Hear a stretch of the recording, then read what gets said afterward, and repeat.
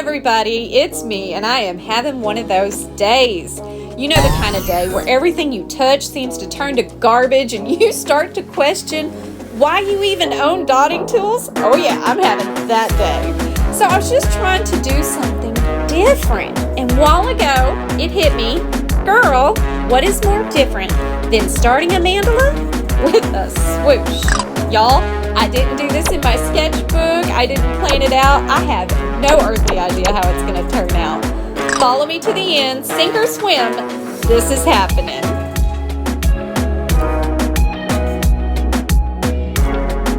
Swoosh.